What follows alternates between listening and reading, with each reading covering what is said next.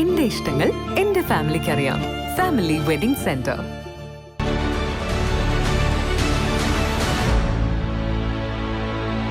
നമസ്കാരം. Vettan news on ടൈമിലേക്ക് സ്വാഗതം.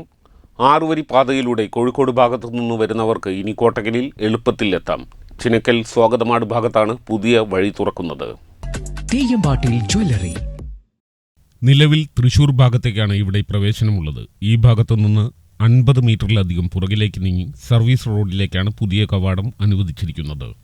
നേരത്തെ കോഴിക്കോട് ഭാഗത്തു നിന്നുള്ളവർക്ക് കോട്ടക്കലിലേക്ക് നേരിട്ടെത്താൻ തിരൂർ കോട്ടക്കൽ പാതയിൽ എടരിക്കോട് മമ്മാലിപ്പടിയിൽ മാത്രമായിരുന്നു പ്രവേശനം. ഇത് വലിയ ഗതാഗത കുരുക്കിനും ഇടയാക്കിയിരുന്നു.